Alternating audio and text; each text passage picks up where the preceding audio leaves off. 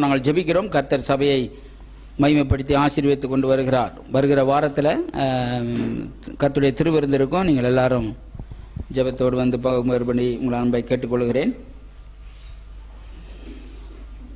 எப்பொழுதுமே உண்மையாகவே நீங்கள் கர்த்தருடைய பிள்ளைகள், ஆசீர்வதிக்கப்பட்டவர்கள், ஆவிக்குரியவர்கள், பரலோகத்துக்குரியவர்கள், நீங்கள் ராஜாக்கள், ராணிகள் என்று சொல்லி கொண்டு வருகிறோம். ஏன்னா கர்த்தர் உங்களை அப்படி ஆக்கியிருக்கிறார். அவர் ஆக்கி இருக்கிறத நீங்கள் விசுவாசிக்காவிட்டால் ஒன்றும் செய்ய முடியாது. தொடர்ந்து எப்பொழுதுமே இந்த ரெண்டு ஜான் பேசுகிற செய்தியும் நான் பேசுகிற செய்தி எப்பவுமே ஒரே மாதிரி இருக்கிறத நீங்கள் பார்க்க முடியும். ஏன்னா அவர் பெரிய பெரிய ஊழியக்காரருடைய இதெல்லாம் படித்து அப்படி சொல்கிறாரு.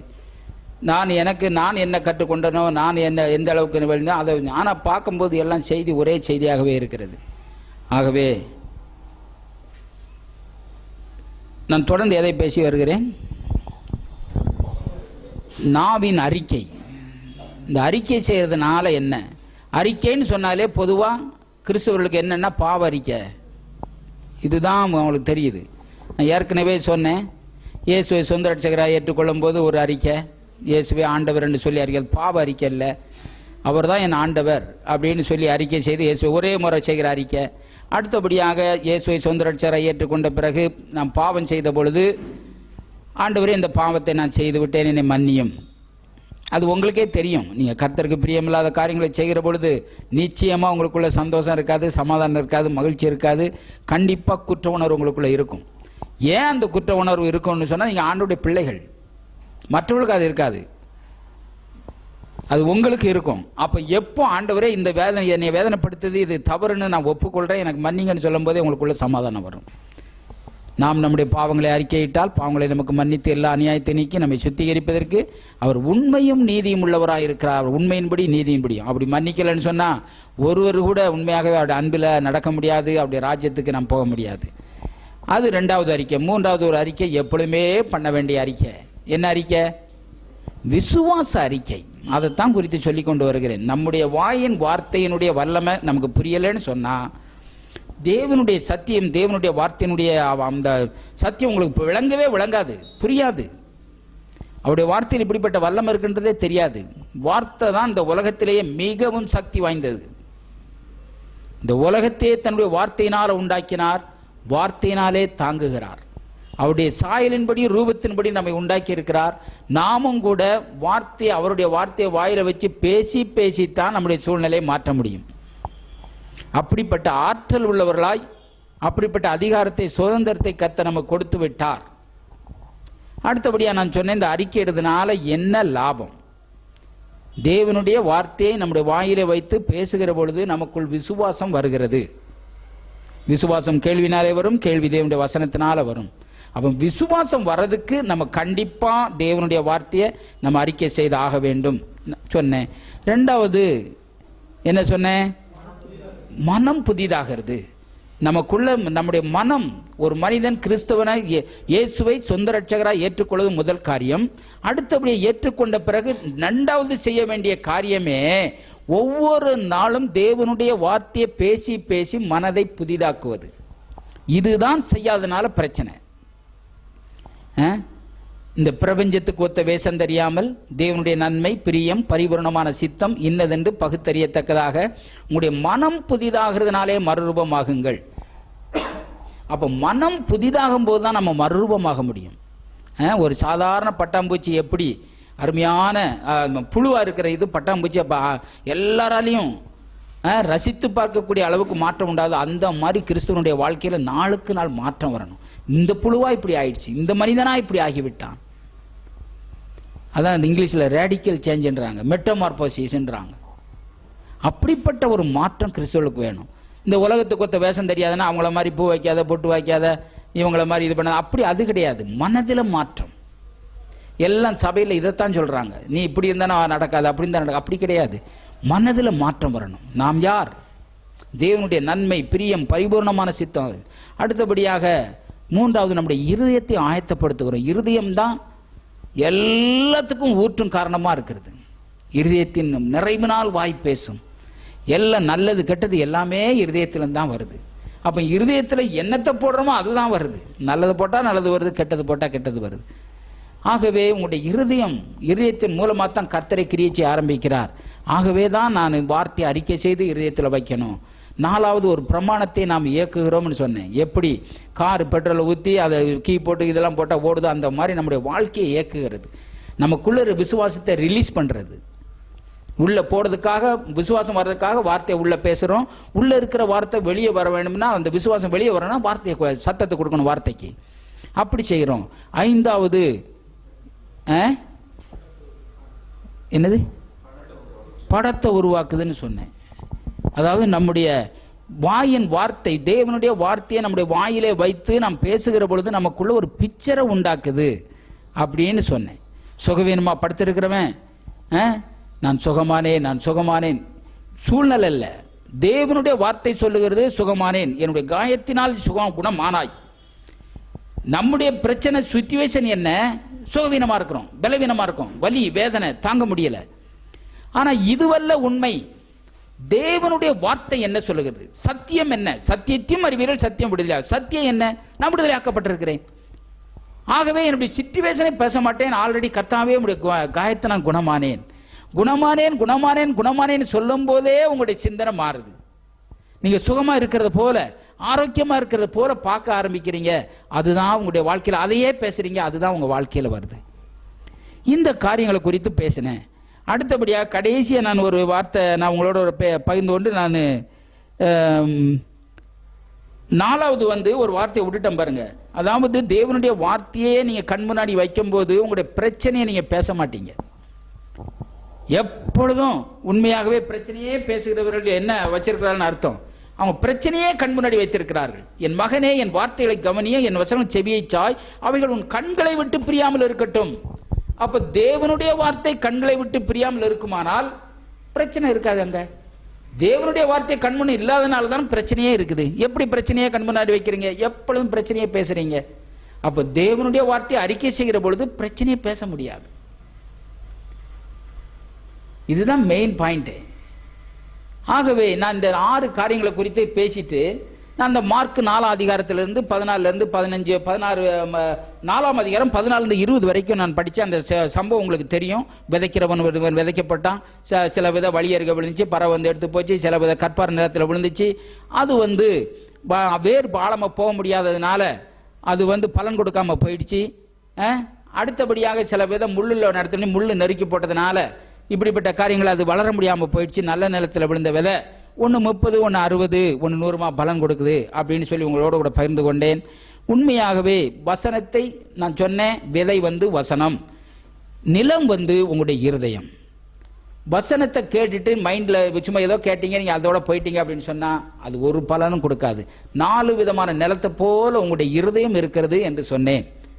2வது கற்பாறை, கடினமான இருதயம் இருக்கிற இடத்துல வசனம் ஆழமாக போகாமல் இருக்குமானால் அது உண்மையாகவே சின்ன ஒரு உபத்திரவம் வந்தாலே உங்களால் தாங்க முடியாது, நீங்கள் வார்த்தையை விட்டுடுவீங்கன்னு சொன்னேன். 3வது உண்மையாகவே முள்ளுள்ள இருதயம். முள்கள் இருந்தால் என்ன அர்த்தம்? உலக கவலை, ஐஸ்வர்யத்தின் மயக்கம், அடுத்தபடியாக மற்றவர்களை பற்றி உண்டாகிற இப்படிப்பட்ட காரியங்கள், இப்படிப்பட்ட நிலைமையில் உங்களுடைய இருதயம் இருக்குமானால் வசனம் வேலை செய்யாது. நான் அப்படி சொன்னேன். இதையெல்லாம் நீங்கள் கேட்டுக்கொண்டிருந்தீர்கள். எப்படிப்பட்ட இருதயம் உங்களுடைய இருதயம் என்பது நீங்கள் தான் பார்க்கணும், நீங்கள் தான் ஆராய்ச்சி பார்க்கணும். ஏன்னா நீங்கள் விதைக்கிற விதை உங்களுடைய இருதயத்தில் தான் விழும், இன்னொரு இடத்துல போய் நிலத்தில் போய் விழாது. ஆகவே ஒரு நல்ல விளைநிலம் போல நம்முடைய இருதயத்தை நாம் வைக்க வேண்டும். அப்போ இதுக்கு வழி என்ன? இதுக்கு வழி என்னன்னு சொன்னால், தேவனுடைய வார்த்தையை நாம் பேசி பேசி இருதயத்தை நிரப்பி அதுக்கு தண்ணீர் பாய்ச்சுவது, விசனத்தை அறிக்கை செய்வது, களை பிடுங்குவது, பல விதமான எண்ணங்கள் வருகிறது. அதையெல்லாம் பிடுங்கி எரிந்து போட்டு தேவனுடைய வார்த்தையவே பேசுவது, அதை பாதுகாப்பது. எவ்வளவு நாளைக்கு பாதுகாக்கணும்? உங்களுடைய நீங்கள் என்ன விரும்புகிறீர்களோ அதை பெறுகிற வரைக்கும். நெல் விதைச்சா நெல் அறுக்கிற வரைக்கும் அதுக்கு செய்ய வேண்டிய காரியத்தை செய்யணும்.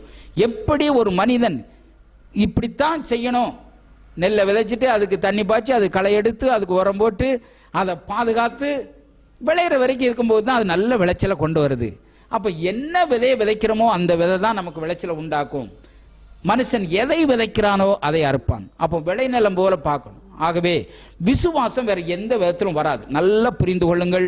நீங்கள் சபைக்கு வருவதனால விசுவாசம் வராது. தேவனுடைய வார்த்தையை கேட்பதனால உங்களுக்கு விசுவாசம் வராது. நீங்கள் வேதத்தை நன்றாய் ஒரு நாளைக்கு 10 அதிகாரம் படித்தாலும் விசுவாசம் வராது. நீங்கள் உபவாசி கண்ணீர் விட்டு கதறி ஜெபிச்சாலும் விசுவாசம் வராது. நல்ல விளங்கிக் கொள்ளுங்கள். அப்படி விசுவாசம் வருமானால் இந்த மார்க் 4 அதிகாரம் தேவையே கிடையாது. இப்படித்தான் விசுவாசம் வரும். இதுதான் பிரின்சிபல், இதுதான் லா, இதுதான் பிரமாணம், இதுதான் சட்டம். தேவனுடைய வார்த்தையை உங்கள் வாயிலே வைத்து பேசி உங்கள் காது கேட்டு உங்கள் இருதயத்திலே போய் விழுகிற பொழுதுதான் விசுவாசம் வரும். நீங்கள் கேட்டதை உங்கள் வாயிலே வைத்து நீங்கள் பேசாவிட்டால் விசுவாசம் வராது. இப்படித்தான் விசுவாசம் வரும் என்று திட்டமாய் நாம் பார்த்தோம். உண்மையாகவே அதே அந்த மார்க் எழுதின சுவிசேஷத்தில் 35வது அதிகாரத்திலிருந்து 40 அதிகாரம் வச்சு படிச்சு பார்த்தீங்கன்னா இது ஏற்கனவே பேசினது தான், அதே அதிகாரம் தான். அதாவது வசனத்தை கேட்டார்கள், இயேசு அவர்கள் கிளீனாக விவரித்து சொன்னார். அன்று சாயங்காலத்தில் அக்கறைக்கு போவோம் என்று சொன்னார். படகுல போகிறாங்க. திடீர்னு என்னாச்சு, அலை வந்து மோதுது, பயங்கர காற்று. உண்மையாகவே அவர்கள் போய் இயேசுவை எழுப்பி என்ன கேட்டார்கள், இயேசுவே நாங்கள் மரித்து போகிறது உமக்கு கவலை இல்லையா? உடனே இயேசு காற்றையும் கரையும் அதட்டினாரு, சரியா போச்சு. அப்புறம் அவங்கள பார்த்து ஏன் பயப்பட்டீர்கள், ஏன் உங்களுக்கு விசுவாசம் இல்லாமல் போயிற்று? நான் செஞ்ச காரியத்தை நீங்களும் செய்திருக்கலாமே. அப்ப ஏன் அப்படின்னா அவர்கள் கேட்டார்கள், கேட்டதை அவ வாயில வைத்து பேசவில்லை. பேசாத வரையிலும் உங்களுடைய இருதயத்திலே போகாது. இதை நல்லா அறிந்து கொள்ள வேண்டும். இதுதான் சத்தியம். ஆகவே இன்றைக்கும் பிரச்சனை அதுதான். நல்ல நான் ஏற்கனவே உங்களுக்கு சொல்லியிருக்கிறேன், விசுவாசம் கிரியை செய்யறதுக்கு வழி 4 வழி. நான் ஏற்கனவே உங்களுக்கு திரும்ப திரும்ப சொல்லி கொண்டு வருகிறேன். இப்பொழுது ஒரு நிலையில இருக்கிறோம், இந்த நிலையில இருக்க வேண்டிய அவசியம் கிடையாது. மற்றவர்களைப் போல நீங்கள் வேதனைப்பட்டு கொண்டு துக்கப்பட்டு கொண்டு பாரப்பட்டு கொண்டு என்ன செய்வது, இந்த நிலைமையில் இருக்கிறோம், எப்படி இந்த பிரச்சனையிலிருந்து வெளியே வருவது அப்படின்னு கலங்கி தவிக்கிறீங்கன்னா உண்மையாக அதை குறித்து நீங்க தான் நீங்க யோசித்து பார்க்கணும். எந்த பிரச்சனையும் உங்களை மேற்கொள்ள முடியாது. நீங்கள் எல்லா பிரச்சனையும் ராஜாவை போல நீங்கள் ஆள முடியும். 4 விதத்தில் வருதுன்னு சொன்னேன். இன்னைக்கு இப்படிப்பட்ட பிரச்சனை இருக்குது, இந்த பிரச்சனையிலிருந்து நாம் வெளியே வர முடியும். அப்போ வர முடியும்னா அதுக்கு என்ன செய்யணும்? ஏற்கனவே ஒரு தரிசனம், ஒரு விஷன், ஒரு நம்பிக்கையில தான் விசுவாசம் ஸ்டார்ட் ஆகுது. நம்பிக்கைக்கும் விசுவாசத்துக்கும் வித்தியாசம் இருக்குது. நம்பிக்கைன்றது எதிர்காலத்தில் நடக்கிறது, விசுவாசன்றது உடனே நடக்குது, இம்மிடியட். நீங்க சொன்ன உடனே நடக்குது. இப்படி இருக்கேன், இனிமே இப்படி இருக்க போவதில்லை, அன்னைக்கே ஸ்டார்ட் ஆயிடுச்சு. அதான் விசுவாசம். அப்ப எப்படி விசுவாசம் எதுல வரும்? வார்த்தை. அப்ப என்ன விரும்புகிறீர்களோ அதற்கான வார்த்தையை எடுத்து நீங்க வாயில வைத்து பேசுவது.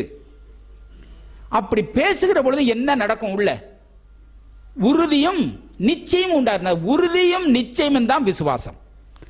விசுவாசம் நம்பப்படுவதிலும் உறுதி, காணப்படாதவர்களை நிச்சயம்.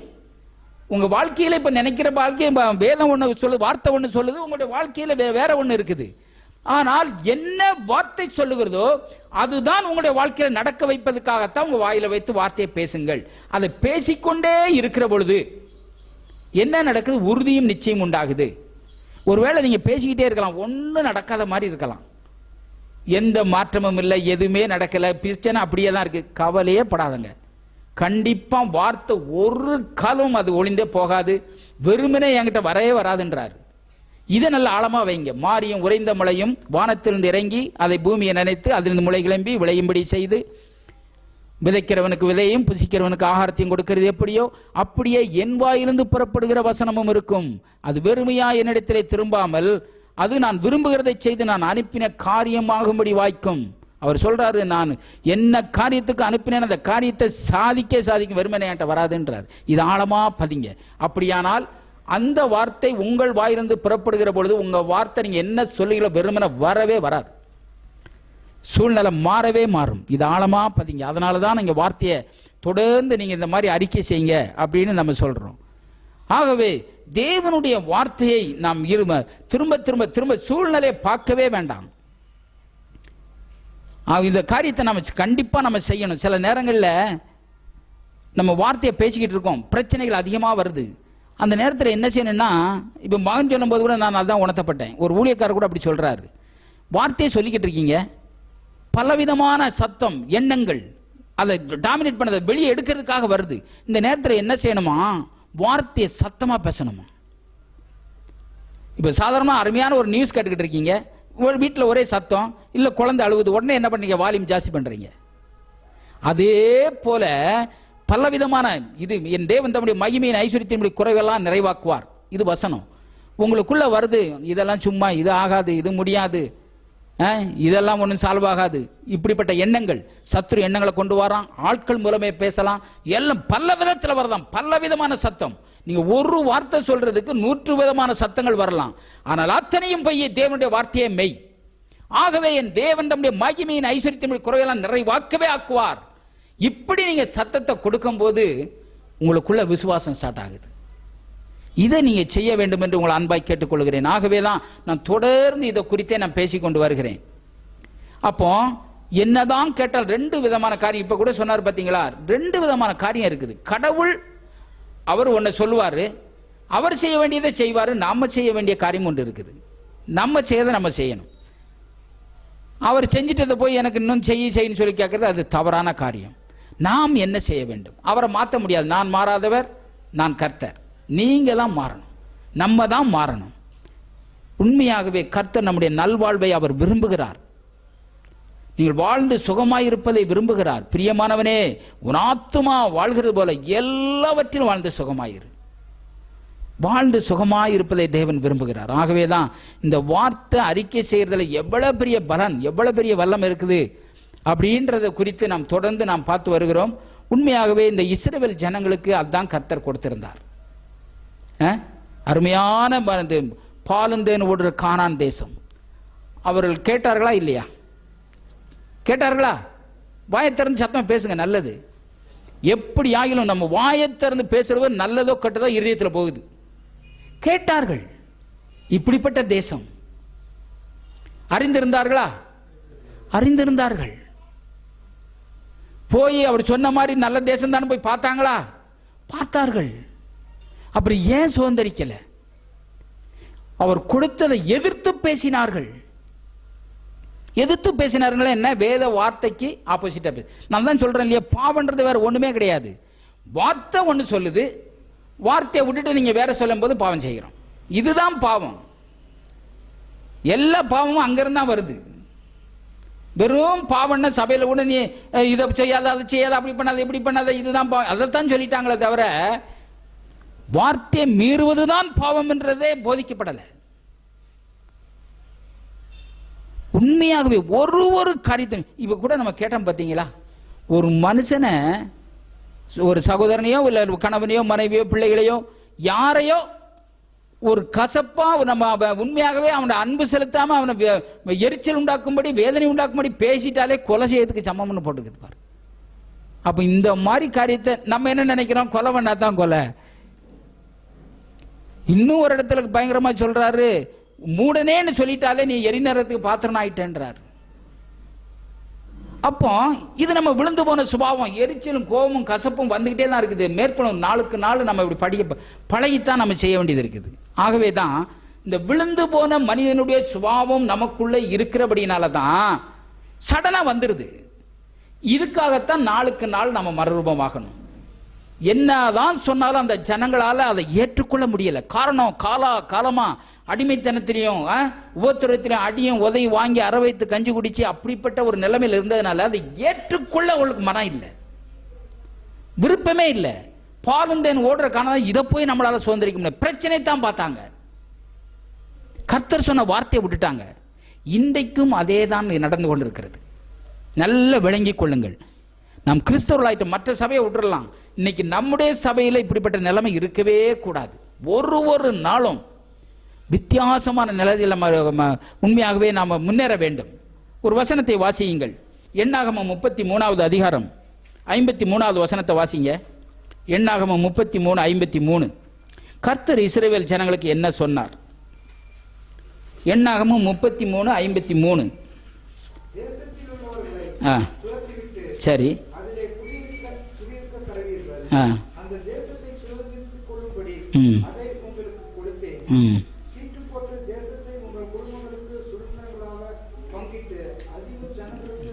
போதும் போதும். அதாவது எண்ணாகமம் நம்பர்ஸ் 33:53, தேசத்தில் உள்ளவர்களை துரத்திவிட்டு அதிலே குறியெடுக்க கடவீர்கள், அந்த தேசத்தை சுதந்திரித்துக் கொள்ளும்படி அதை உங்களுக்கு கொடுத்தேன். இஸ்ரவேல் ஜனங்களுக்கு கர்த்தர் சொல்லுகிற வார்த்தை என்ன? தேசத்தில் உள்ள குடிகளை துரத்து, நீ போய் குடியேறு, அந்த தேசத்தை உங்ககிட்ட கொடுத்துட்டேன். இதுதான் கர்த்தர் சொன்ன வார்த்தை. இப்போ இவங்களுக்கு என்னன்னு சொன்னா, ஆண்டவரே நீயே எல்லாத்தையும் துரத்திட்டு எங்களை கொண்டு போய் வச்சிரு,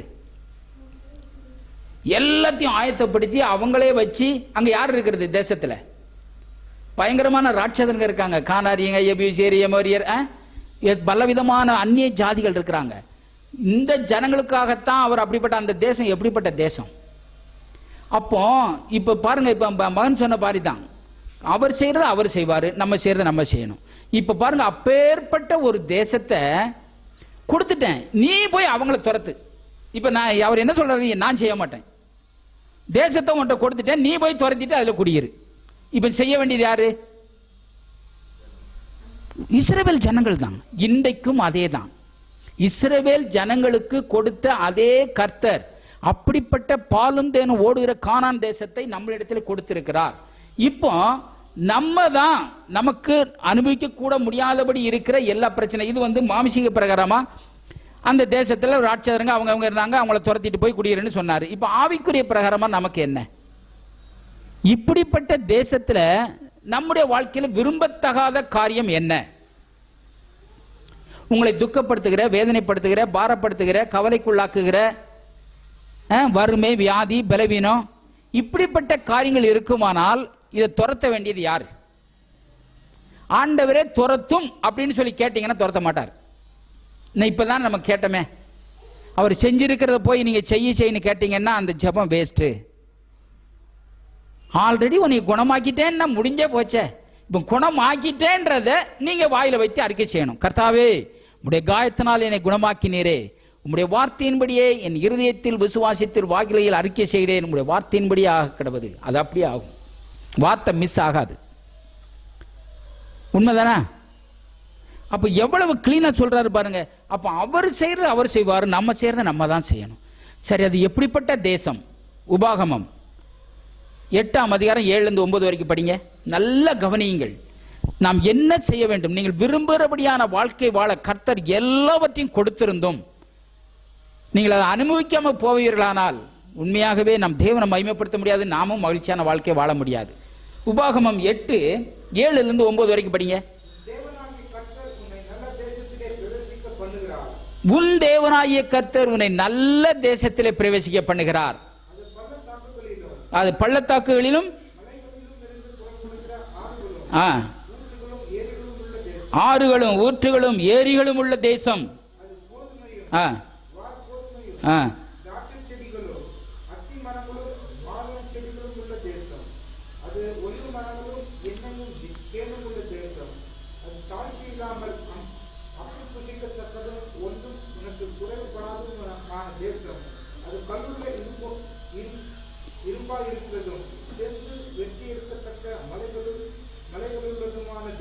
ஆமென், அல்லேலூயா.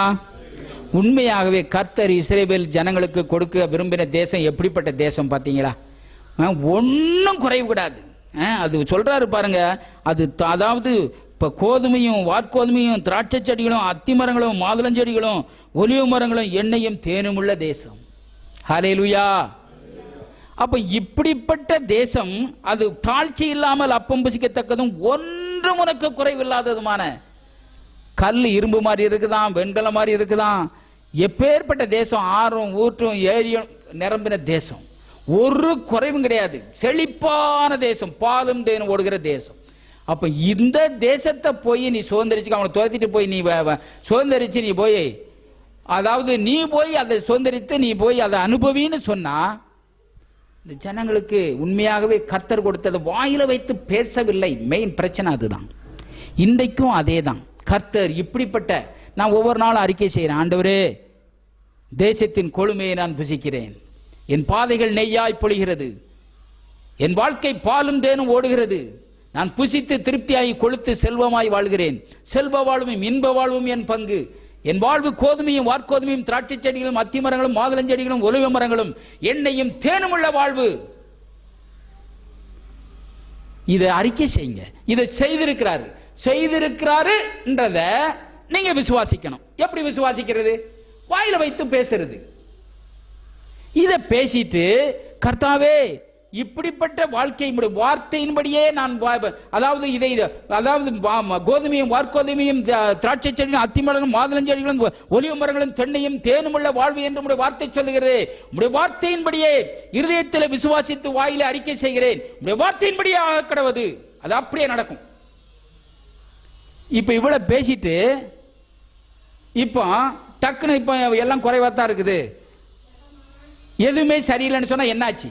நான் ஏற்கனவே சொன்னேன், உங்க வார்த்தை தேவனுடைய வார்த்தை, அதை விதைச்சு நிலத்துல போட்டீங்க. இப்போ இல்ல இது சரியில்லை அது சரியில்லைன்னு சொல்லும் போது என்ன நடக்குது? வார்த்தையை எடுத்துடுறீங்க. சாத்தான் வேற எந்த விதத்திலும் வரல, 5 விதத்துல வரான்னு உங்களுக்கு சொன்னேன். உபத்திரவம், துன்பம், உலக கவலை, மற்றவளை பற்றி உண்டாகிற இச்சம், ஐஸ்வர்யத்தின் மயக்கம், இந்த 5 விதத்துல தான் வரான். இதை உங்க வாயில வைத்து பேச வைக்கிறான்.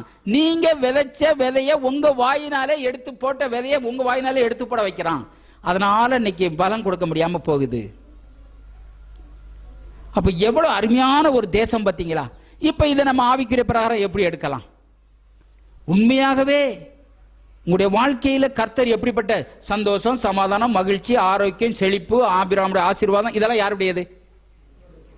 உங்களுடையது. இப்போ உங்க வாழ்க்கையில துக்கம், பாரம், வேதனை, குழப்பம், கவலை, சந்தேகம், இதெல்லாம் இப்படிப்பட்ட காரியங்கள் தான் இருக்குது. முடியாது, இயலாது, ஆறாவது, வெறுமை, எல்லாமே பற்றாக்குறை, இதுதான் இருக்குது. இப்போ எதை நீங்க துரத்தணும், எதை நீங்க எடுக்கணும்? எல்லா கெட்ட காரியங்களையும் துரத்த முடியுமா முடியாதா? இதை கர்த்தர் உங்களுக்காக செய்ய மாட்டார். நல்லா விளங்கிட்டீங்களா? ஏன்னா அப்படிப்பட்ட சூஸ் உங்களுக்கு தான். ஜீவனும் மரணமும் நாவின் அதிகாரத்தில் இருக்கும். அதை விரும்புவதின் கனியை பிசிப்பார்கள். அப்ப இதை நீங்க துரத்துங்க. உங்களுக்கு என்ன வேணுமோ அதை எடுத்து நீங்க அனுபவிங்க.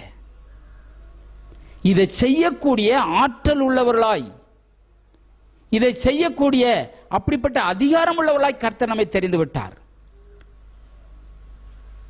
அப்ப எவ்வளவு நல்ல ஆண்டவர் பார்த்தீங்களா? என்ன போலவே நீ செயல்படு. இப்ப நம்ம உட்கார்ந்து கெஞ்சிக்கிட்டு அழுதுட்டு உட்கார்ந்தா என்ன பிரயோஜனம்? எவ்வளவு அருமையான தேசம் பார்த்தீங்களா? சரி, இப்போ இப்படிப்பட்ட தேசத்தான் சுதந்திரம் பண்ணிச்சா? இப்போ அதே என்ன 33:55 படிங்க. 33:55 நான் சுருக்கமா சொல்றேன். இதை நீங்க வீட்டில் போய் ஆராய்ஞ்சு பாருங்க. என்ன நடக்குது? உங்களோட வாழ்க்கையில என்ன குறைவு இருக்குது? ஏன் இப்படிப்பட்ட வெற்றிகரமான மகிழ்ச்சிகரமான வாழ்க்கை இல்லை? இதுக்கு காரணம் என்ன? நீங்க முதல்ல ஆராய்ங்க. கர்த்தர் நல்லவர், அவரை மாற்ற முடியாது. அவர் எல்லாம் செய்திருக்கிறார். 33:55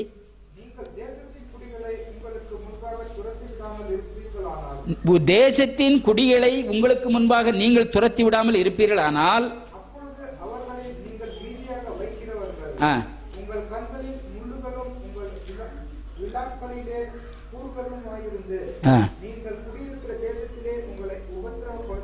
ஆமென், ஹல்லேலூயா.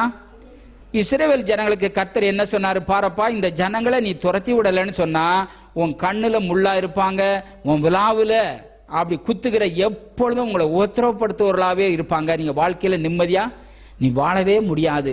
காலமெல்லாம் உனக்கு போராட்டம் தான். ஆனா இது உனக்காக நான் செய்ய முடியாது. யார் செய்யணும்? யார் செய்யணும்? நீ தான் செய்யணும். துரத்த முடியாதுன்னு சொல்லாத. நீ போனா அவங்க ஓடிடுவாங்க. உனக்கு முன்னாடி அவன் நிற்க முடியாது. ஆல்ரெடி அந்த தேசத்தை உன் கையில கொடுத்துட்டேன். அந்த கொடுத்துட்டேன்ன்றது தான் அவங்களால, ஆண்டவரே நீர் கொடுத்தது தான், நீர் எங்களுக்கு கொடுத்ததுல இன்னொருத்த போய் உட்கார முடியாது, அது கண்டிப்பா நான் சுதந்திரிப்பேன்னு சொல்லி உரிமையோட போய் இவங்க செய்யலை. இப்ப துரத்தலைன்னா இதுதான் பிரச்சனை. இன்னைக்கு கிறிஸ்தவுடைய வாழ்க்கையில் ஆவிக்குரிய ஜீவியத்தில் கொஞ்சம் யோசனை பண்ணி பாருங்க. உங்களுக்கு எது முள்ளா இருக்குது? எது உங்களுடைய விழாவில் குத்துதா இருக்குது? எந்த காரியம் உங்களுடைய வாழ்க்கையில அதாவது உபத்திரப்படுத்துவதாக இந்த காரியம் என்னை விட்டு போயிட்டா நான் நிம்மதியா இருப்பேன் அப்படின்னு என்ன நினைக்கிறீங்க? கஷ்டமா, துன்பமா, உபத்திரவமா, இல்லாமையா, கடன் தொல்லையா, கவலையா, பாரமா, குழப்பமா, சந்தேகமா, ஒரு திருப்தி இல்லாத நிலைமையில இருக்கிறீர்களா? இதையெல்லாம் நீங்களே துரத்திட முடியும். இது துரத்தலைன்னா உங்களோட வாழ்க்கையில நீங்க மகிழ்ச்சிகரமான வாழ்க்கை வாழ முடியாது. இதை துரத்தக்கூடிய ஆற்றல் உள்ளவர்களாய், நான் தான் ஏற்கனவே சொன்னேன், சாத்தானால வேற என்னும் செய்ய முடியாது உங்களை. அவன் உங்களுடைய எண்ணத்தின் மூலமா தான் வரான். நீங்கள் சிந்திக்கிறது அவனுக்கு தெரியாது. நீங்கள் எப்போ பேசுகிறீர்களோ, நீங்க பேசுகிற பொழுது உடனடியா அவன் கேட்கிறான். உண்மையாகவே உங்களுடைய வாயை வைத்தே உங்களை அழிக்கிறான். நான் ஏற்கனவே சொன்னேன் இல்லையா, நீங்கள் பேசுகிற வார்த்தை ஒன்று உங்களை வாழ வைக்கும், இல்லைன்னா அழிக்கும். ஒன்று சந்தோஷத்தை கொண்டு வரும், இல்லை துக்கத்தை கொண்டு வரும். உங்களுடைய வாழ்க்கையில் நீங்கள் பேசுகிற வார்த்தை ரெண்டில் ஒன்று காரியத்தை, நான் ரெண்டும் செய்ய மாட்டேன்னு யாரும் சொல்ல முடியாது. ஏன்னா ரெண்டில் ஒன்று செய்ய முடியாது தான் கர்த்தர் வச்சிருக்கிறார். ஆகவே தேவனுடைய வார்த்தையை உங்களுடைய வாயில வைத்து பேசுகிற பொழுது நிச்சயமாக உங்களுடைய வாழ்க்கையில் வெற்றிகரமான காரியத்தை நம்ம பார்க்க முடியும். கண்டிப்பாக அவன் உண்மையாகவே நீங்கள் நல்லா யோசனை பண்ணி பாருங்க. அந்த 12 பேரை அனுப்புனாங்க. 12 பேரும் ஒரே ஜனம், ஒரே ஜாதி, ஒரே சிச்சுவேஷன், ஒரே சூழ்நிலை எல்லாமே. ஆனால் 10 பேர் பார்த்த விதம் எப்படி, 2 பேர் பார்த்த விதம் எப்படி? அந்த 10 பேரும் எல்லாம் கரெக்டு தான், ஆனால் கர்த்தர் சொன்ன வார்த்தையை மட்டும் வாயில வைத்து அறிக்கை செய்யலை, அதனால உள்ள போகலை. ஆனால் அந்த யோசேப்பும் காலேப்பும் எளிதாய் பிடித்து கொள்ளலாம். இவங்களுக்கு மட்டும் எப்படி இந்த எண்ணம் வந்துச்சு?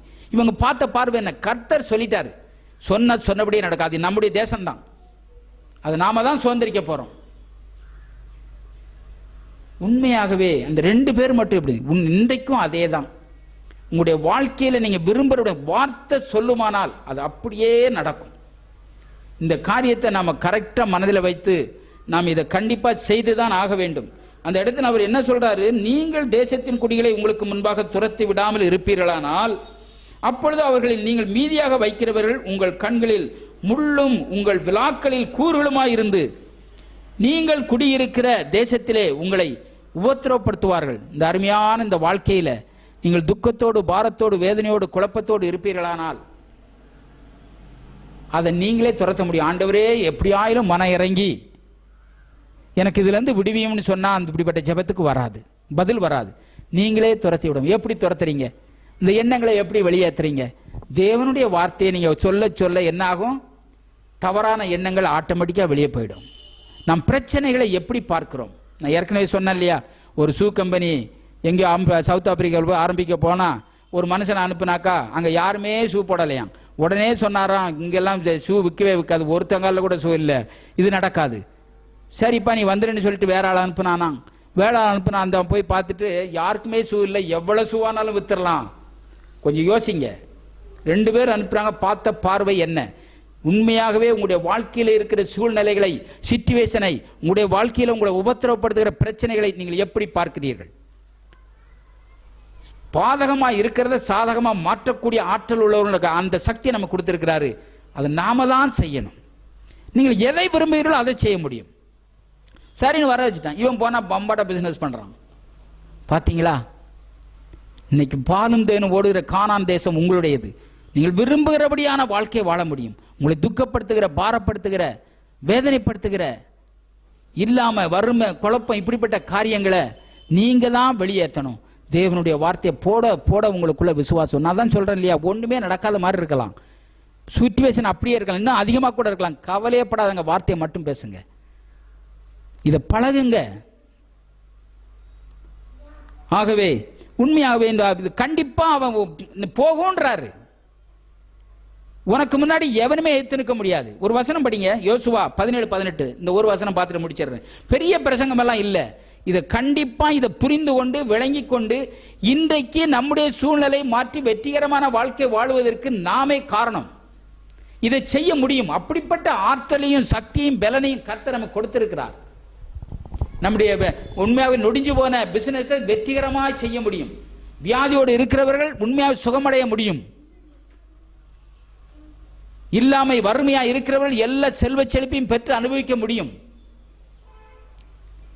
அந்த 17:18 படிங்க, யோசுவா 17:18. சரி.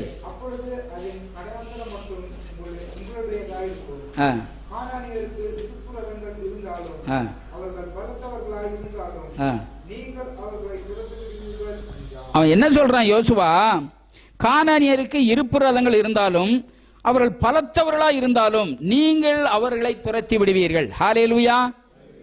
உங்களுடைய வாழ்க்கையில அவன் எவ்வளவு பெரிய ராட்சதனா இருக்கட்டும், எவ்வளவு பெரிய ரதங்கள் வச்சுக்கிட்டோம், இவன் பார்த்ததெல்லாம் மாடாமாளியும் ரதமும் அவன் ராட்சதம் போல இருக்கான், அவன் பார்வையில் வெட்டுக்கிளியே போல இருக்கிறோம், நம்ம பார்வையில வெட்டுக்கிளியே போல இருக்கிறோம், போனா நசுக்கிடுவான், இதேதான் சொல்லிக்கிட்டு இருந்தானே தவிர பிரச்சனை தான் பேசினானே தவிர கர்த்தர் சொன்ன வார்த்தையை விட்டுட்டான். ஆனா அங்க ஒரு சண்டையும் நடக்கல, அவன் ஒரு வார்த்தையும் என்கிட்ட பேசல, வந்தனா நசிக்கிறவேன்னு சொல்லவும் இல்லை, ஒன்றும் இல்லை, அவன் இவனை வெட்டுக்கிளியே போலவும் பார்க்கல, ஒண்ணுமே நடக்கல, கம்ப்ளீட்டா இவங்க வாய் தான். நான் ஒரு நேரத்தில் எனக்கு தன்னால எனக்கு சிரிப்பு வரும். ஆண்டவரே, மனுஷனுடைய வாழ்க்கையில வாயில வச்சுட்டீர ஆண்டவரே, அவன் வாய் தான், வாய் ஒன்று சரியா இருந்தா வாழ்க்கை சரியா இருக்கும். என்ன ஒரு ஆச்சரியம். அவனவன் வாயின் பலனால் நன்மையை புசிப்பான், அவனவன் வாயின் பலனால் திருப்தி ஆவான். நீதிமானுடைய வாய் ஜீவ ஊற்று, நீதிமானுடைய வாய் நல்ல ஔஷதம். எவ்வளவு வார்த்தை. ஆகவே உண்மையாகவே அந்த ஒண்ணுமே நடக்கல, எல்லாம் இவன் வாயினாலதான் கேட்டான். இன்றைக்கும் அதே தான். உங்களுக்கு விட உங்களை காட்டிலும் பிரச்சனை பெருசு, எந்த பிரச்சனையும் பெருசு கிடையாது. கர்த்தர் உங்களை கிருபையாய் உங்களை ராஜாவாய் மாற்றி இருக்கிறார், மகிமையினாலும் கனத்தினாலும் கிரீடம் சூட்டி இருக்கிறார். தேவனுடைய இயேசுவின் இரக்கத்தினால, அவர் பெரிய மகாபெரிய இரக்கத்தினால் உங்களை ராஜாவாய் மாற்றி எல்லா சூழ்நிலைகள் மேலும் ராஜாவை போல ஆளும்படி கர்த்தர் உங்களை வைத்திருக்கிறார். நீங்கள் ஆள பிறந்தவர்கள். அப்படியானால் இந்த பூமியில எந்த பிரச்சனை உங்களை மேற்கொள்ள முடியும்? வார்த்தையை காட்டில் நீங்கள் பிரச்சனையை தூக்குறீங்கன்னு சொன்னாலே சாத்தானுடைய வார்த்தையை கனம் பண்றீங்க, அவனை உயர்த்துறீங்க, அவனுக்கு ஊழியம் செய்யறீங்க. தேவனையும் தேவனுடைய வார்த்தையும் தூக்கி எறிஞ்சிட்டீங்க. வார்த்தையை கனம் பண்ணல, வார்த்தைக்கு முக்கியத்துவம் கொடுக்கல. முதலாவது தேவனுடைய ராஜ்யத்தையும் நீதியும் அப்படி எல்லாம் கூட கொடுக்கப்படும்னா வார்த்தைக்கு முதலிடம் கொடுக்கணும். தேவனும் வார்த்தையும் ஒண்ணுதானா? ஏன்னா தேவன் அவர் சொல்றாரு, சகல பிரஸ்தாபத்தை பார்க்கிறோம் என் வார்த்தையை நான் மகிமைப்படுத்தி இருக்கிறேன். தேவனுடைய வார்த்தையை உங்க வாயில வச்சு பேசும்போது யாரையே பேசுறீங்க? தேவனையே வார்த்தையை பேசுறீங்க. அப்ப அவர் சொன்னா மிஸ் ஆகுமா? நல்ல யோசனை பண்ணுங்க. இயேசுவும் வார்த்தையும் ஒண்ணு. நீங்க வார்த்தையை பேசும்போது இயேசுவையே உங்க வாயில வைத்து பேசுறீங்க. அதனால தான் சொன்னாரு, என் நாமத்தினாலே பிசாசுகளை துரத்துவீர்கள், என் நாமத்தினாலே அந்நிய பாஷையை பேசுவீர்கள், என் நாமத்தினாலே அற்புதங்களை செய்வீர்கள். அவர் நாமத்தை நமக்கு கொடுத்துட்டார். இயேசுவின் நாமத்தை நம்முடைய வாயில வைத்து பயன்படுத்தும்படியான அதிகாரத்தை நமக்கு கிஃப்டா ஈவா கொடுத்துட்டாரு. இப்போ அவர் என்ன செய்தாரோ, எப்படி பிசாசை துரத்தினாரோ, எப்படி வியாதியை சுகமாக்கினாரோ, எல்லாம் அதே மாதிரி தான் இப்ப நம்ம செய்ய முடியும். இந்த பூலோகத்தில் எதை கட்டுகிறீர்களோ அது பரலோகத்துக்கு கட்டப்படும், இந்த பூலோகத்தில் எதை கட்டவிழ்க்கிறோ பரலோகத்துக்கு கட்டவிழ்க்கப்படும். இந்த தெளிவு அறிவு தான். நான் சொல்றேன், கர்த்தர் இன்னைக்கு ஒன்றும் செய்ய முடியாதுங்க, நல்ல விளங்கிக்கோங்க. இயேசு இந்த பூமியில் இருக்கும்போது என்ன செய்தார்? பிசாசை துரத்தினாரு, வியாதியை குணமாக்கினாரு, நிறைய அற்புதமெல்லாம் செய்தாரா? இன்னைக்கு இயேசு செய்யறாரா? செய்யறாரு. யார் மூலமா செய்யறாரு? சபை மூலமா தான் சொல்றாரு. நீ மார்க் 16 படிச்சு பாருங்க. விசுவாசிக்கிறவளால் நடக்கும் அடையாளங்களே அவனை. இப்ப அவர் தான் சொல்றாரு, நான் எப்படி பிரசங்கித்தேன்னா உலகம் மூலம் போய் பரலோகராஜ்யத்துக்கு வந்து பிரசங்கின்றாரு, பிசாசை துரத்துன்றாரு, வியாதியை குணமாக்குன்றாரு, நோயை சுத்தமாக்குன்றாரு. நீ போய் வியாதியை கை வச்சனா அவன் சுத்தமாக்கிடுவான்றாரு. இப்ப எல்லாத்தையும் யார் தான் செய்ய சொல்றாரு? இன்னைக்கும் ஜனங்க என்ன செய்துக்கிட்டு இருக்காங்க? கர்த்தாவே எப்படி ஆயிலும் மன இறங்கி எனக்கு இதுல இருந்து விடுதலை கொடும். இந்த ஜெபமே கேட்கப்படாதுன்றது அவங்களுக்கு தெரியாது. உபவாசம் இருந்து கண்ணீர் விட்டு கதறி போராடி எப்படி ஆயிலும் அவரை மனதை மாத்திடுறேன், அவரை நம்ம மாற்ற முடியாது. இதை செய்ய வேண்டியது யாரு? இப்ப நம்ம தானா? கர்த்தர் நமக்காக என்ன செய்யறாரா? இல்ல. அந்த அதிகாரத்தையும் பலனையும் ஆற்றலையும் நம்மகிட்ட கொடுத்துட்டாரு. சாத்தானுடைய வாழ்க்கையில ஒன்னும் பண்ண முடியாது. சர்ப்பங்களையும் தேள்களையும் மிதிக்க சகல அதிகாரத்தையும் அவனுக்கு ஒன்னை சேதப்படுத்தாது என்றாரு.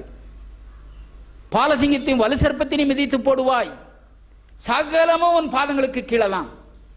இப்ப நான் வந்து உனக்காக ஒன்றும் செய்ய முடியாது. இப்ப எல்லாத்தையும் வந்து செய்து பரலோகத்தில் போய் வலது பாசத்தில் உட்கார்ந்துட்டேன். இப்ப நீ என்னுடைய வார்த்தையை உன் வாயில வச்சு பேசுறியா? இதைத்தான் பார்க்கிறார். தேவனுடைய வார்த்தையை நம்ம வாயில வைத்து சத்தமா அறிக்கிற பொழுது எனக்கு இது ரொம்ப, என்ன பிரச்சனைக்கு என்ன வார்த்தை அதை மட்டும் பேசுங்க. இப்ப பாருங்க, சிங்க குட்டிகள் தாழ்ச்சியிருந்து பட்டினிக்கும் கர்த்தர் ஒரு நன்மையும் குறைபடாது. ஆண்டவரே, உம்முடைய வார்த்தையை நான் இருதயத்திலே விசுவாசித்து வாயிலே அறிக்கை செய்கிறேன். உம்முடைய வார்த்தையின்படியே எனக்கு ஆக கடவுது. அங்கே ஸ்டாப் பண்ணு. நடக்குமா நடக்காத? நான் இதை குறித்து யோசிக்கும் போது உண்மையாகவே வேற சிம்பிள். இருதயத்தில் விசுவாசிக்கிறேன். நான் இப்படி சொல்லாமல் இருந்தேன். ஆண்டவர் எனக்கு இப்படி சொன்னார். ஒரு வார்த்தையும் சொல்லிட்டு இருதயத்திலே விசுவாசித்து வாயிலே அறிக்கை செய்கிறேன். இருதயத்தில்னா என்ன?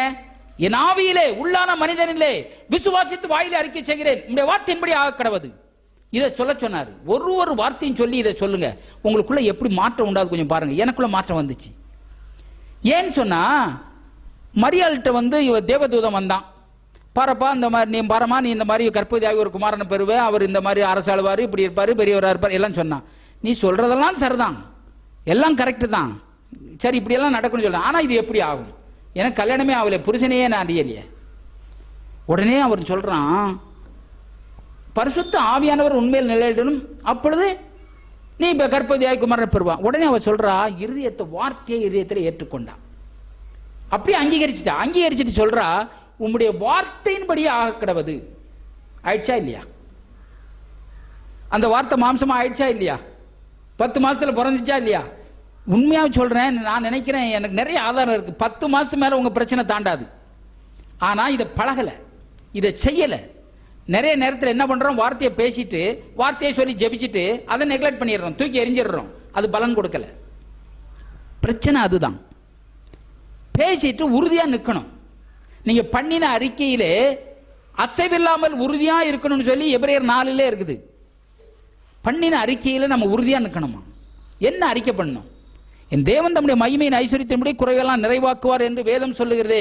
ஆண்டவரே, நம்முடைய வார்த்தையின் இருதயத்திலே விசுவாசித்து வாயிலே அறிக்கை செய்கிற நம்முடைய வார்த்தையின்படி ஆக கடவுது. கண்டிப்பாகும். அவ அவ்வளவுதான் சொன்னா. இருதயத்தில் ஏற்றுக்கொண்டு வார்த்தையின்படி ஆக கடவுது. ஸ்டார்ட் ஆயிடுச்சு. 10 மாசத்துல உங்களுடைய வாழ்க்கை, ஒரு குழந்தை பிறந்தா 10 மாசம் தான். 10 மாசம் கூட ஃபுல்லு இல்லை, 9க்கும் இதாயிடுது. அதே மாதிரி யோபனுடைய வாழ்க்கையில கூட 9 மாசமோ இல்லை 10 மாசமோ தான் சொல்றாங்க. அதுக்கு மேல நீண்டு போகல. கம்ப்ளீட்டா டபுள் ஆசீர்வாதம். அதுக்கு முன்னே அவன் என்ன பேசிக்கிட்டு இருந்தான்? மனுஷன் தேவனுக்கு முன்பாக மனுஷன் நீதிமானாவது எப்படி? மனுஷன் செத்தபின் பிழைப்பானோ? மனுஷனுக்கும் தேவனுக்கும் ஒரு மத்தியஸ்தர் இருந்தா பரவாயில்ல, எனக்கு ஏன் இப்படிப்பட்ட ஒவ்வொருத்தரும் காரியம், கடவுள் என்ன இப்படி இருக்க, நான் எப்படி அவருக்கு முன்னாடி வாழ முடியும்? இப்படி எல்லாம் பேசிக்கிட்டு இருந்தாங்க. புரிஞ்ச பிற சொல்றான், என் வாயை பொத்திக் கொள்ளுகிறேன். டபுள் ஆசீர்வாதம். 10 மாசத்தை தாண்டாது. இதை சரியா ஃபாலோ பண்ணீங்கன்னா வருஷக்கணக்கெல்லாம் தேவையே கிடையாது. இதை பழகல. இப்ப நீங்க என்ன செய்றீங்க? ஆண்டவரே, இப்ப வியாதி தான் இருக்குது, உன் அப்பத்தின் தண்ணீரையும் ஆசீர்வதிப்பேன், வியாதியை வந்து விலக்குவேன், உங்களுடைய காயத்தினால் குணமானேன் என்று எழுதி இருக்கிறதே.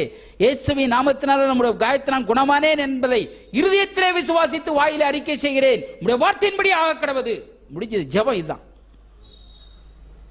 இப்ப என்ன பண்றீங்க? பலவீனமா இருக்குது அப்படின்னு சொல்லிட்டீங்கன்னா முடிஞ்சே போச்சு. உங்களுக்கே தெரியும், நெக்லெக்ட் பண்ணிட்டீங்க, புடி எரிஞ்சிட்டீங்க, விதைக்க அதை பாதுகாக்கல, அதுக்கு தண்ணி பாய்ச்சல.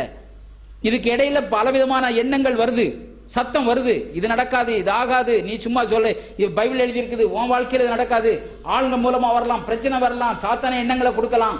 உடனே நீங்க வாயில வச்சு பேசின பொழுது, வார்த்தையை ஆப்போசிட் பண்ண பொழுது விதையை எடுத்து போடுறீங்க. ஆண்டவரே, நான் அறிக்கை செய்துட்டேன், இருதயத்தில் விசுவாசித்து வாயில் அறிக்கை செய்துட்டேன், உங்களுடைய வார்த்தையின்படி ஆக்கடவுதுன்னு சொல்லிட்டேன், ஆகவே இனிமே மறுத்து பேச மாட்டேன். எப்பேற்பட்ட பிரச்சனை வந்தாலும் சரி நான் பண்ண மாட்டேன். இந்த ஒரு காரியத்தை நீங்க ஒரு காரியத்தில் இப்படி செய்து பாருங்க. நீயோ கடன் வாங்காதிருப்பாய், கடன் கொடுப்பாய் என்று சொல்லப்பட்டிருக்கிறதே. நான் கடன்காரனா இருக்கிறேன். ஆண்டவரே, உம்முடைய வார்த்தை இருதயத்திலே விசுவாசித்து வாயிலே அறிக்கை செய்கிறேன், உம்முடைய வார்த்தையின்படி ஆக கடவுது. திரும்ப நான் கடனை என்னால் முடியல, பகல அப்படி சொல்ல மாட்டேன். என் தேவன் தம்முடைய மகிமையின் ஐஸ்வரியத்தின்படி குறைவெல்லாம் நிறைவாக்கி இருக்கிறார் என்பதை 100% விசுவாசிக்கிறேன். இருதயத்திலே விசுவாசித்து வாயிலே அறிக்கை செய்கிறேன், உடைய வார்த்தையின்படி ஆக கடவுது. ஒரு வார்த்தையும் சொல்லிட்டு இதை செய்து பாருங்க. நான் ரொம்ப வித்தியாசத்தை உணர்ந்தேன். வார்த்தையை சொல்லிட்டு என்ன பிரச்சனைக்கு என்ன வார்த்தை, அந்த வார்த்தையை சொல்லிட்டு இருதயத்திலே விசுவாசித்து வாயிலே அறிக்கை செய்கிறேன், உடைய வார்த்தையின்படி ஆக கடவுது. ஸ்டாப். திரும்ப பிரச்சனை பேசாதீங்க. என்ன நடக்குது பாருங்க. சரி, 10 மாசம் சொன்னார, எப்படி ஆயிருமா? விளைய வச்சே ஆகணும், அதுக்கு தண்ணி பாய்ச்சணும், தண்ணி பாய்ச்சறது வார்த்தை பேசுறது தான், எல்லாமே தான். பிரச்சனைகள் வரும்போது பிரச்சனையை பேசாதபடி வார்த்தையை பேச. நான் சொன்னேனே, அறிக்கை செய்யறதுனால வரும் பலன் என்னெல்லாம் நடக்குதுன்னு. கண்டிப்பா உங்களுடைய வாழ்க்கையில் சீக்கிரத்தில் மாற்றத்தை பார்க்க முடியும். எந்த ஒரு வார்த்தையானாலும் சரி, அதை சொல்லிட்டு இப்ப பாருங்க, தசமபாலை ஆலயத்தில் கொண்டு வாருங்கள், நான் வானத்தின் பலங்களை திறந்து இடங்கொள்ளாமல் போக மட்டும் நான் ஆசீர்வதிக்க மாட்டேன் என்று சோதித்து பாருங்கள், உன் ஐஸ்வர்யம் நதியை போல இருக்கும், நீ ஐஸ்வர்யனை வர வர விருத்தி மகா பெரியவன் ஆவாய், ஐஸ்வர்யத்தை சம்பாதிக்கும்படியான பலனை நானே கொடுக்கிறேன் சொன்னீரே, உம்முடைய வார்த்தையின் இதயத்திலே விசுவாசித்து வாயில அறிக்கை செய்கிறேன், உம்முடைய வார்த்தையின்படி ஆக கடவது, என்னை ஐஸ்வர்யனாய் மாற்றும்படி கல்வாரி சிலுவையில் தரித்திரரானீர் என்று எழுதப்பட்டிருக்கிறதே, ஆண்டவரே உம்முடைய வார்த்தையை இதயத்திலே விசுவாசித்து வார்த்தையிலே அறிக்கை செய்கிறேன், உம்முடைய வார்த்தையின்படி ஆக கடவது. ஸ்டாப், முடிஞ்சு போச்சு, பதில் வந்தாச்சு, பிரச்சனை பேச வேண்டாம். ரொம்ப சிம்பிள், வேற ஒண்ணும். மரியாள் என்ன பண்ணான்னு சொல்லுங்க, வார்த்தையை ஏற்றுக்கொண்டா. எப்படி விசுவாசிக்கிறது தான் தெரியல, கவலைப்படாதங்க, ரொம்ப சிம்பிள். பாத்தீங்களா, வார்த்தையை அங்கீகரிச்சா ஆண்டவரே உங்களுடைய வார்த்தையின்படியே ஆக கடவுது, ஆயிடுச்சா இல்லையா? இவ்வளவுதான். இப்ப நம்ம செய்யற காரியம் என்னன்னா, வார்த்தையை பேசிட்டு விதைச்சிட்டு திரும்பவும் விதைய பிடிங்கி எடுத்து போட்டுடுறோம், விளைய கூட மாட்டேன்றோம், பாதுகாக்க மாட்டேன்றோம். அதனாலதான் இருதயத்தை காத்துக்கொள், எல்லா காவலனும் இருதயத்தை காத்துக்கொள், அதனிடத்தின் ஜீவ ஊற்று புறப்படும். என்ன விளைச்சல் வேணும் உங்களுக்கு, நீங்க விதைச்சிட்டு கண்டிப்பா அந்த விளைச்சலை நீங்க வெளியே கொண்டு வர முடியும். அப்ப என்ன தடை? கொஞ்சம் நீங்க பழகிட்டீங்கன்னா போதும். வார்த்தையை மட்டும் பேசி பேசி உண்மையா பிரச்சனை ஜாஸ்தியாகனா வார்த்தையை தூக்குங்க, சத்தத்தை உயர்த்துங்க. எவ்வளவு சத்தமா வார்த்தையை பேசுறீங்களோ அவ்வளவு சத்தமா வார்த்தை உள்ள போகும். உள்ள போட்டு போட்டு நிறைச்சிட்டீங்கன்னா உங்களுக்குள்ள விசுவாசம் வந்து நீங்க சொல்றபடியெல்லாம் ஆகும். இயேசு அதான் சொல்றாரு, எவனாயிலும் மலையை பார்த்து பெயர்ந்து சமுத்திரத்தை தள்ளுண்டு போய் என்று சொல்லி தான் சொன்னபடியே நடக்கும் என்று தன் இருதயத்தில் சந்தேகப்படாமல் சந்தேகமே இருதயத்தில் தான், ஆவியில தான், உள்ளான மனிதன்லாம். அப்ப உள்ளான மனிதன்ல என்ன வைக்கிறீங்க? விசுவாசம் வேற எங்கேயும் வராது, இருதயத்தில் தான் வரும். இருதயத்தில் தான் விசுவாசம் உண்டாகும். இருதயத்தில் சந்தேகப்படாமல் விசுவாசித்தால் அவன் சொன்னபடி ஆகும். அப்ப இருதயத்தில் வார்த்தையை வைத்தால் நீங்க சொன்னபடியெல்லாம் ஆகும். தலைகளை வணங்குவோம்.